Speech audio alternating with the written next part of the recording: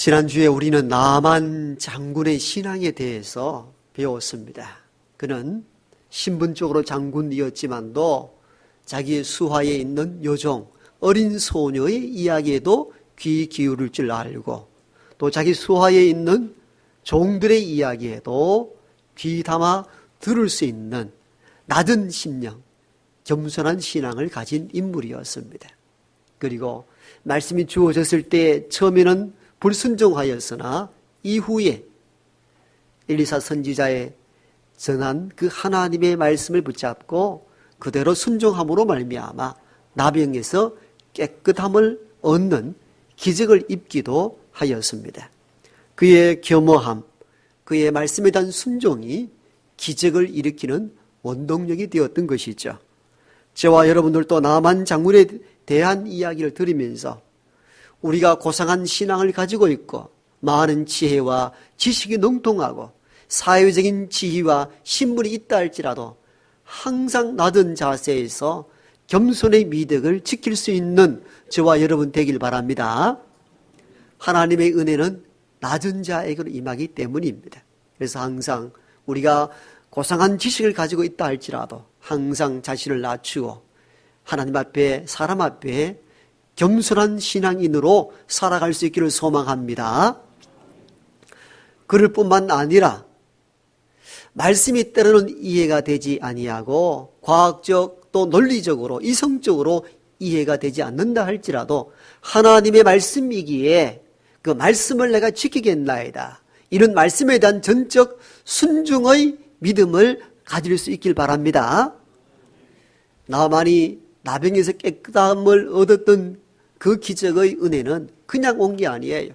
그 겸손함과 말씀에 대한 전적 순종으로 인한 하나님의 은혜의 결과였던 것이죠. 어떻든 우리는 나만 하면은 나병에서 깨끗함을 얻은 그 기적에 대한 내용을 잘 알고 있고 그 나만 장군 하면은 기적의 은혜를 입었다는 것 이외에 나만에 대해서 우리가 아는 게 많지 않습니다. 물론 성경을 많이 읽은 분은 그가 어떤 삶을 살았는지에 대해서 알고 있습니다만은 정작 많이 읽었다 하더라도 우리 기억 속에는 나만 장군 하면은 나병에서 깨끗함을 입은 기적의 사람 그 정도 이외에 별 관심이 없습니다. 지금 이 시간에도 나만 장군 하면은 그가 나병에서 깨끗함을 얻은 것 이외에 그의 삶에 대해서 아는 분이 있습니까? 알고 있지만도 우리가 기억이 희미하단 말입니다. 왜 이런 현상이 일어날까요? 그건 우리가 기적에만 관심이 많기 때문이에요. 기적만 추구하기 때문입니다. 우리가 기억하는 장치가 어떻습니까? 다 보고 다 읽고 다 들은 대로 기억이 다 납니까? 그렇지 않거든요. 우리는 선택적으로 기억을 합니다. 꼭 기억해야 될 것, 내게 중요하다고 여기는 것은 오랫동안 기억에 남는데 어떤 것은 누가 물어봐도 기억이 희미합니다. 왜 그렇습니까? 우리가 기억을 할 때에 이건 정말 중요하다고 새기는 것은 기억에 남아있는데 덜 중요하다고 여기는 것은 다 잊혀져 가는 거죠. 이와 같이 우리가 남한 장군 할 때에 우리가 남한 장군의 기억은 나병에서 깨끗함을 얻었던 기적의 사건만 기억하고 있다는 것은 뭘 의미합니까? 우리의 관심이 이 기적에만 관심이 많다는 것을 의미합니다. 그러나 우리는 오늘 이 본문을 통하여 나만 장군은 나병에서 깨끗함을 얻었던 것 말고 기적 이후에 그가 어떤 삶을 살았는지에 대하여서도 우리가 좀 본문 중심으로 살펴볼 필요가 있습니다. 그렇다면 오늘 본문 중심으로 나만은 기적을 경험하고 난 이후에 어떤 삶을 살았는지 살펴보십시다. 그 첫 번째는 나만은 기적 이후에 다시 신앙의 자리로 돌아갔다는 겁니다. 이게 매우 중요하며 오늘 우리가 읽었던 열왕기하 5장 15절에 구체적으로 이렇게 기록되어 있습니다. 나만이 모든 군대와 함께 하나님의 사람에게로 돌아와서 이렇게 기록되어 있습니다. 우리는 이 본문 바로 앞절 14절은 그렇게 기록되어 있죠. 그가 하나님의 은혜로 말미암아 어린 아이의 살같이 깨끗하게 되었더라 라는 것이 14절에 기록되어 있습니다. 사실은 우리가 기억하는 내용은 14절까지입니다.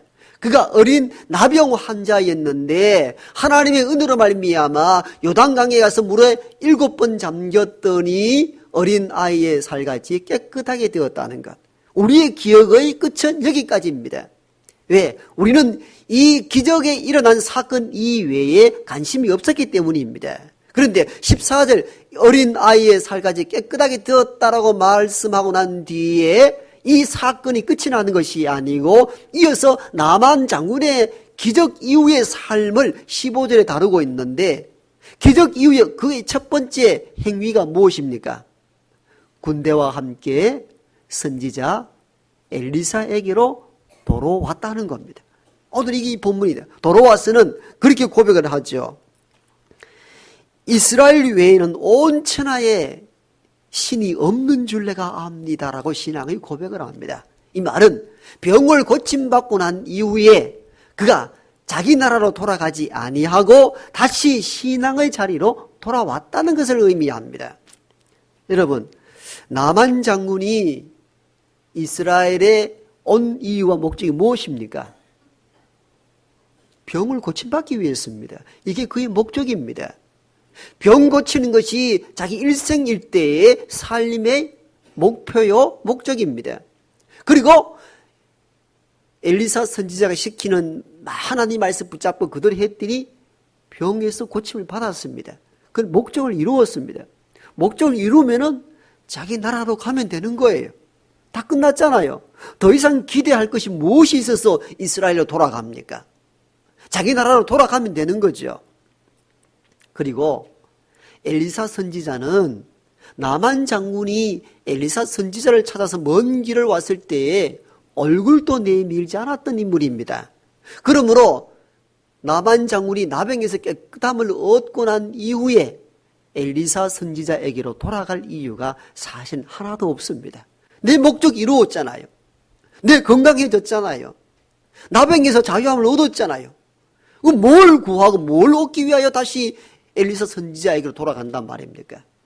오늘 본문 15절에 그가 깨끗함을 얻고 난 이후에 자기 나라로 돌아가지 아니하고 다시 선지자 집으로 돌아갔다는 이 의미는 신앙의 자리로 돌아갔다는 것을 의미하는 것입니다.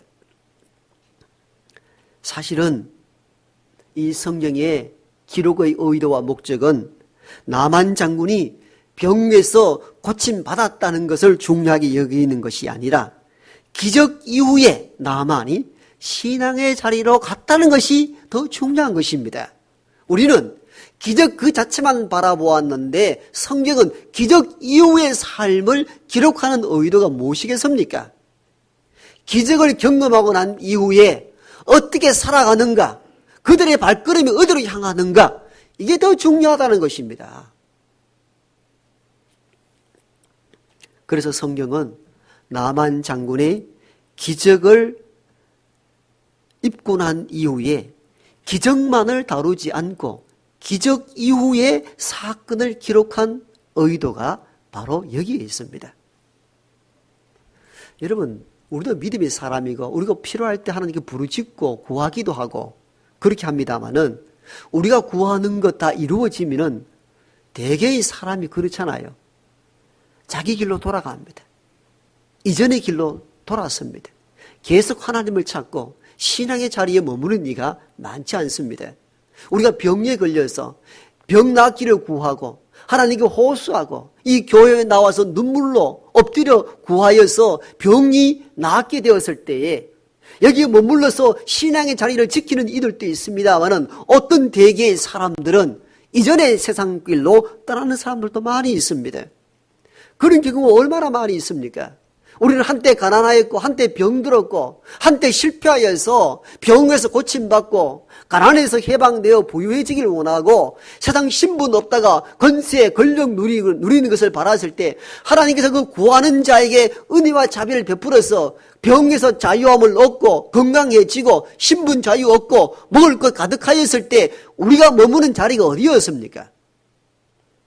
하나님의 자리, 신앙의 자리가 아니라 가끔은 이전에 세상 길로 빠질 때가 많지 않았습니까?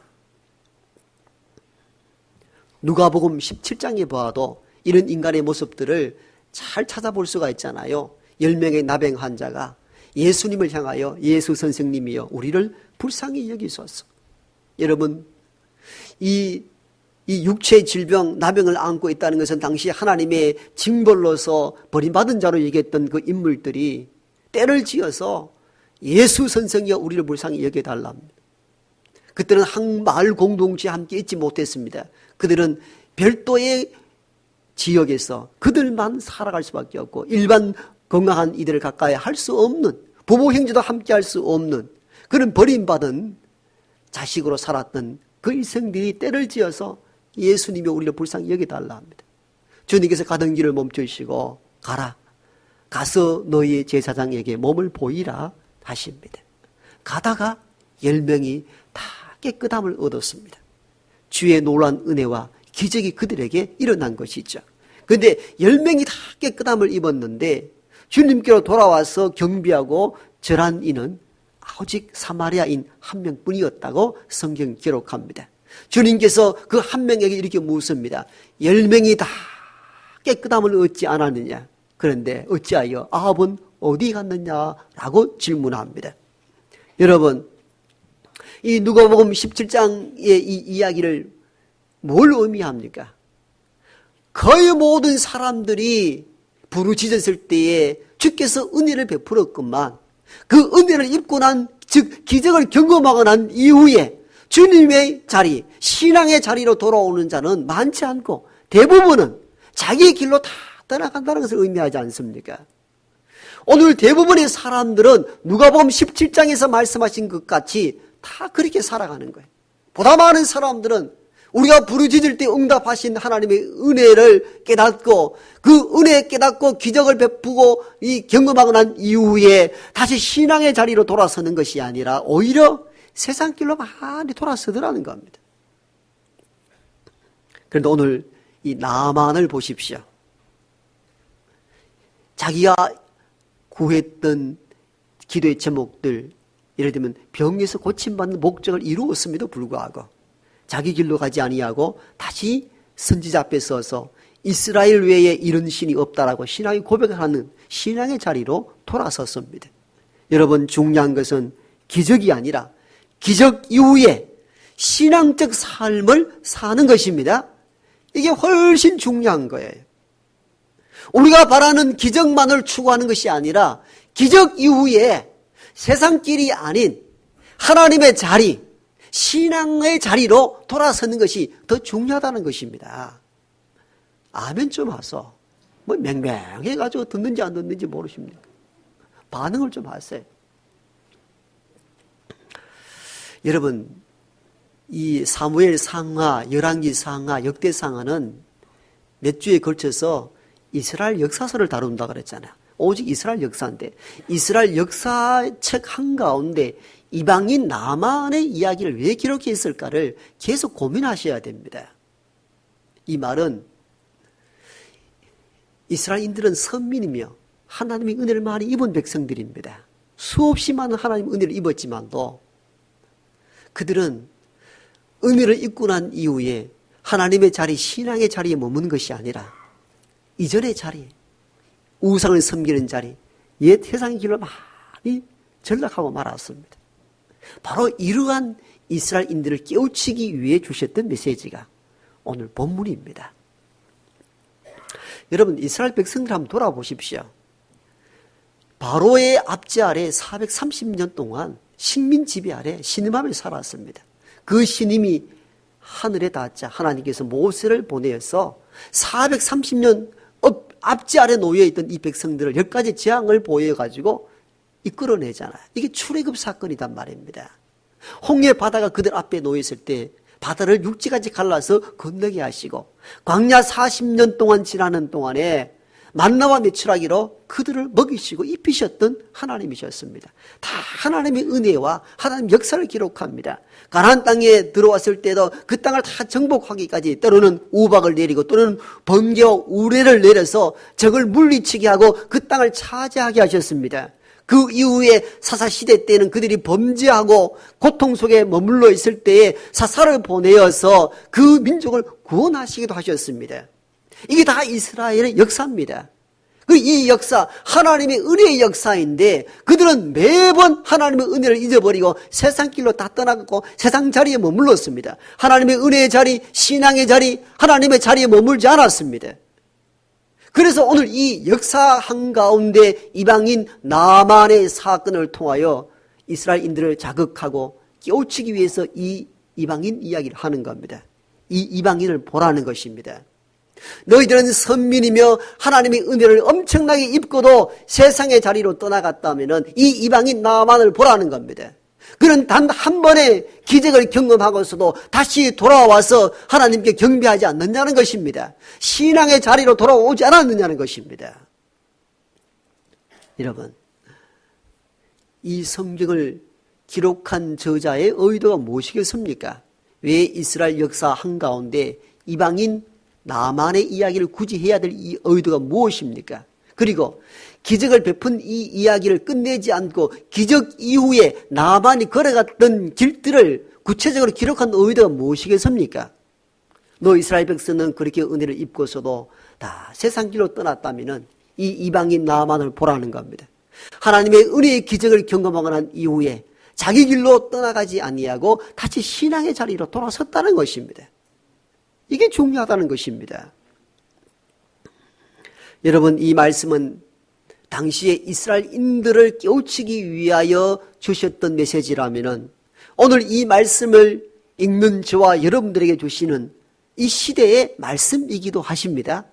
당시에는 이스라엘인들에게만 주셨던 메시지라면 오늘 이 말씀 앞에 선 저와 여러분들에게도 주시는 하나님의 말씀이라는 것입니다. 우리도 여전하지 않습니까? 얼마나 많은 은혜를 입었습니까? 우리가 부르짖을 때 응답하셨고 병 가운데 놓여 있을 때 병 고쳐달라고 그렇게 울부짖을 때 병을 고쳐주시기도 하셨고 먹을 것 없을 때에 먹을 것 자녀들을 위해서 기도했을 때 자녀들을 번성케 하는 은혜를 주셨지만도 과연 하나님의 저와 여러분에게 베푼 그 은혜를 덧입고도 하나님의 은혜의 자리, 신앙의 자리에 그렇게 머물러 있었던가? 오늘 세대를 보십시오. 가난함과 어려움 속에서 먹을 것 주셨고 배우지 못할 때 그 시대를 넘어서 배울 수 있는 기회를 주셨고 병들었을 때 의료기관과 여러 가지를 통하여서 우리가 건강하게 되었는데 오늘 과연 하나님의 자리, 신앙의 자리 머무는 이가 얼마나 많습니까? 좋은 시대 속에 살다 보니까 하나님의 신앙의 자리는 다 잊어버리고 세상 가운데 빠져 세상의 자리 속에 머무는 이가 사실 얼마나 많습니까? 그런 우리들에게 우리는 나만 장군의 이 이야기를 통하여 기적 이후에도 하나님의 은혜를 덧입고 난 이후에 우리가 어떻게 살아야 되는지 고민하셔야 되는 것입니다. 중요한 것은 기적이 아니고 기적을 체험하고 난 이후에 신앙의 자리로 돌아가는 것입니다. 이것이 훨씬 중요한 것입니다. 하나님의 은혜를 잊어버리고 잘 될 때 세상 길로 떠나가면 그 은혜는 결코 오래가지 못하며 오히려 우리의 삶에 악영향을 끼친다는 사실을 깨닫고 사는 저와 여러분 되길 바랍니다. 제가 이전에도 한번 이야기를 했지 싶은데요. 제가 신학교 다닐 때 어떤 선배 목사님이 우리 학교에 신학교에 와서 설교를 하시는데 이런 말씀을 하시더라고요. 이분은 교도소 교정 선교를 담당하시는 목사님이시기도 하시는데 우리 세상에서만 복음이 필요한 것이 아니고 특수 선교하는 분들도 참 귀한 일들이잖아요. 해외 선교하는 것만큼은 귀한 일들이에요. 학원에서 선교하거나 또 교도소나 군에서 선교하는 것도 해외에 가서 선교하는 것 이상의 귀한 선교사들입니다. 이 목사님은 교도소에 갇혀 있는 사람들에게 복음을 전하는데 한 청년은 계속 폭력 전과로 가서 들어오는 거예요. 그 청년을 만나보니까 사람이 마음이 착하고 순한데 이 폭력성을 거두지 못해가지고 자꾸 이 교도소 잡혀오는 겁니다. 그래서 이유가 있겠지 싶어서 이야기를 해보니까 이유가 있었어요. 이 청년이 자랄 때 너무너무 가난해서 제대로 배우지를 못했습니다. 글을 알지 못했습니다. 글을 알지 못하니까 사람들이 뭘 이야기만 조금 농담만 해도 나를 무시하는 것으로. 그래서 막 폭력을 휘두르는 거예요. 사실 그런 이야기가 아닌데 우리가 자존감이 낮을 때 오는 위험성이 여기서 있거든요. 내 자존감이 낮으면요 누가 뭘 조금 이야기하면 섭섭해집니다. 그리고 이 청년은 그를 알지 못하니까 자격지심에 누가 뭐 좀 농담을 해도 폭력을 행사한다. 그러다 보니까 폭력 전가로 계속 교도소 오는 겁니다. 이 목사님의 깨닫기를 이 청년에게 가장 필요한 것이 글을 알게 하는 것이 돼서 매주 찾아갈 때마다 글 공부를 시킵니다. 그럼 마음이 점점 안정되어 가고 또 그래서 그 교도소 안에서 글을 배워서 고졸 검정고시까지 합격을 하게 되고 그러다 보니까 또 모범수로 인정이 되어서 특별 사면으로 중간에 석방이 되었습니다. 목사님이 교도소 송교하는데 큰 의미와 기쁨이 있었습니다. 그 청년이 글을 배우게 되고 대입 입시 치를 수 있는 자기까지 취득해서 세상으로 나갔으니까 이보다 더 기쁨이 어디 있습니까? 이렇게 해서 수년이 지나고 어느 몇 년 뒤에 그 교도소에 또 복음을 전하러 가는데 그 석방되었던 청년이 다시 교도소로 왔는 겁니다. 마음이 아팠습니다. 이 사람아 또 폭력을 행하다가 또 이렇게 왔느냐고 그걸 참지 못했느냐고. 아닙니다 목사님 폭력 때문에 온 게 아닙니다. 그 왜 왔나 그랬더니 문서 위조죄로 들어왔습니다. 전에는 폭력을 행하더니 글을 가르쳤더니 그 글 가지고 문서를 위조해가지고 들어오는 거예요. 그때 그 목사님이 우리들에게 하는 그 생생한 그 고백의 지금도 잊혀지지 않습니다. 중요한 거는 석방되는 게 아니고 석방 이후의 삶이 참 중요하더라. 그 청년에게 필요한 것은 그 글 공부만 아니고 신앙의 자리로 돌아서게 해야 했었는데 그게 내가 부족했습니다라고 고백하더라고요. 참 귀한 목사님이신데 여러분 그래요. 무엇이 중요한지를 알아야 돼요. 자유의 몸, 석방되는 것, 글 공부하는 것 그것도 중요하지만도 그 이후에 어떤 삶의 자리로 나아가는가가 더 중요한 겁니다. 신앙의 자리로 나아가야 합니다. 여러분 나만이 깨끗함을 입었더라는 것이 14절이라면 오늘 15절은 그가 다시 돌아와서 이 대목이 더 중요한 거예요. 우리는 이런 생각을 가지고 살죠. 깨끗한 것, 그것 기적만 바라는 거예요. 그러니까 우리의 신앙은 14절에서 끝이 나고 만 거예요. 그래서 성경을 읽어보세요. 아, 나만이 깨끗함을 입고 난 이후, 기적 이후에 그가 어떻게 살았는가, 어떤 자리로 나갔는가 관심을 기울여야 되는 것입니다. 그래서 기적만이 중요한 것이 아니고 기적을 경험하고 난 이후에 신앙의 자리로 돌아가는 것이 더 중요한 것입니다. 여러분 우리는 돈이 궁할 때에 관심이 어디에 있습니까? 아, 로또 복권 한번 사볼까? 우리는 로또 복권 당첨되는 것 그것만 관심이 있습니다. 그런데 중요한 것은 복권 당첨 이후의 삶입니다. 그게 더 중요해요. 여러분 요즘 신문 방송 뭘 떠듭니까? 복권 당첨된 사람들 이후에 대해서 다루는 사건들이 많이 있죠. 대부분 방탕하고 타락하고 있던 것까지 다 파산하는 이야기들을 많이 기록하고 있잖아요. 복권 당첨되는 것만 목적을 두고 이후의 삶이 준비가 안 됐기 때문에 오히려 그 복이 화가 된 거예요. 오늘 저와 여러분들에게도 마찬가지입니다. 기적만을 추구하지 마세요. 하나님의 은혜의 기적이 일어날 때에 기적 이후에 어떻게 살아야 될 것인가 고민하셔야 됩니다. 그때에 신앙의 자리로 돌아설 수 있는 저와 여러분 되길 바랍니다. 기적만 추구하면요 타락할 위험이 굉장히 커집니다. 기적을 경험하고 난 이후에는 하나님의 은혜의 기적이 내게 임했으니까 이제 하나님의 자리, 신앙의 자리로 돌아가자. 이 각오와 결단을 다시 한번 다지는 이 시간 되기를 소망합니다. 기도합니다. 아버지 하나님, 우리 한때 배고팠으며 한때 병